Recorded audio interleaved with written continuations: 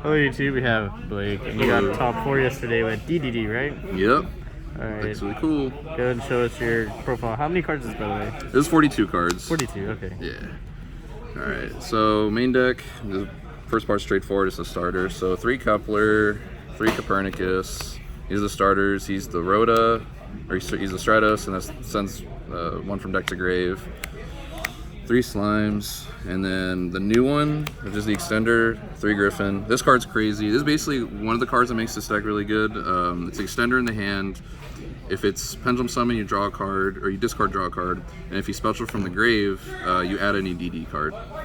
Yeah, so those.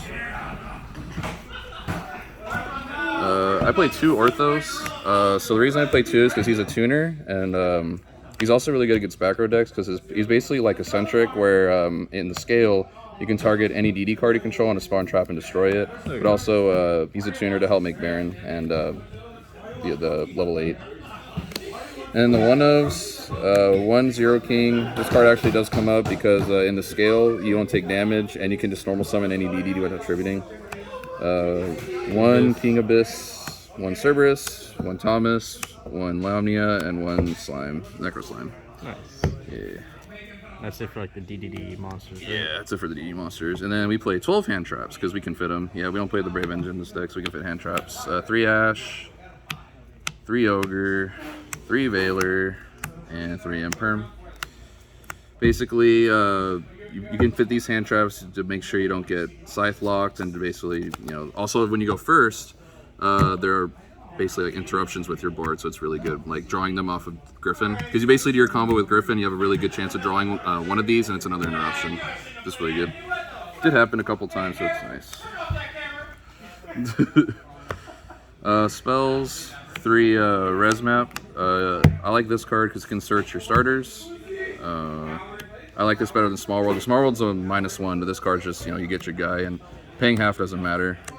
The contract, this is Rhoda, the 1 fusion contract, and this is the new contract. This card's really good. So basically, on the field zone, for each type of like extra DD monster you control, so like Link Synchro, Fusion, whatever, if your opponent summons that same type of monster, they take 1,000 damage and they can't summon that for the rest of the turn. And if this is sent to the grave, you can add back a face-up DD monster in your extra deck or in the grave. So it's really cool. Synergizes with one of the new Exceed monsters. I'll show you here in a second. And then 1 for 1 gets you Kepler, and the new trap card. This card's crazy. So this, if you control a DD monster, it's a Widow Anchor. You take control of it, but you can't use its effects. They can't attack. But you keep it for 2 turns at the end of the next turn, and if it's an extra deck monster, it's treated as a DD monster. So you can use plays with it. That's 42 cards main deck. Extra deck, 3 Gilgamesh. I don't play the Needle Fiber build.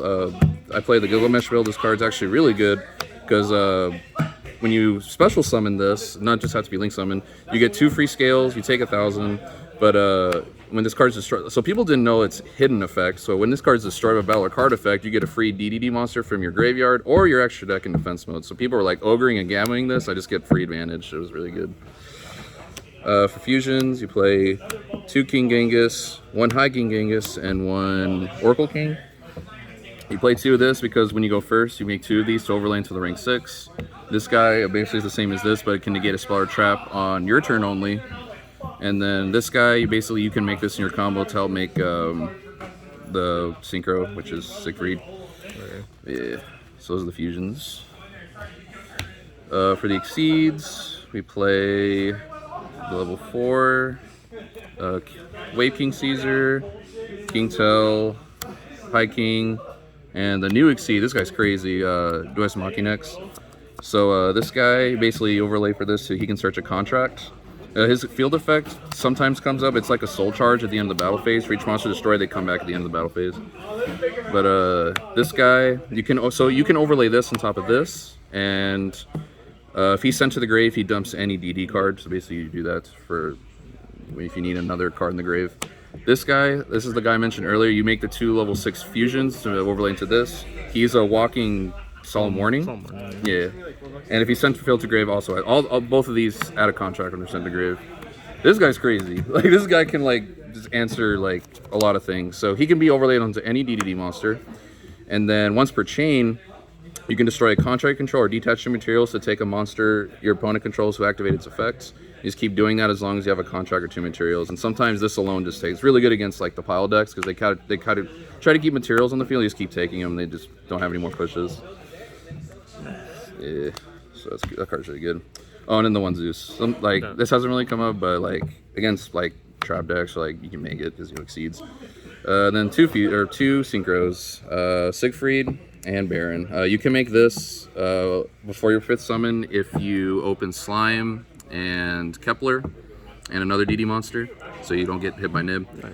And you know, this guy negates spells and traps. And if you have the trap of this, it can play around Droplet if you play it correctly, so it's really cool. And your side deck very straightforward, honestly. Gamma, card's good. The 3 Nib, yeah, the card's also good. So just for space, the 2 Droll and the 2 Lancia. Just like options. Just options, yeah. I decided to side the Droplet for now. This card might go to the main. I have to make room for it, or decide what to cut, because, you know, one of the deck's hindrances is Scythe, so you just side in like more stuff for Scythe. And then the cool card you side in going first against most decks is this Dark Contract of Eternal Darkness. This card's really good. What it does is if you have 2 DD monsters in your Punzum zone, which is easy to do with Gilgamesh, your opponent can't target monsters with spells and traps. They cannot tribute for tribute summons, and they cannot fusion, exceed, or synchro. So it locks them out. It's like another D barrier in a sense. Basically, yeah, it's a searchable D barrier that stays on the field. Nice. It's pretty good. All right, well, congratulations, Blake. Thank you. Thank you.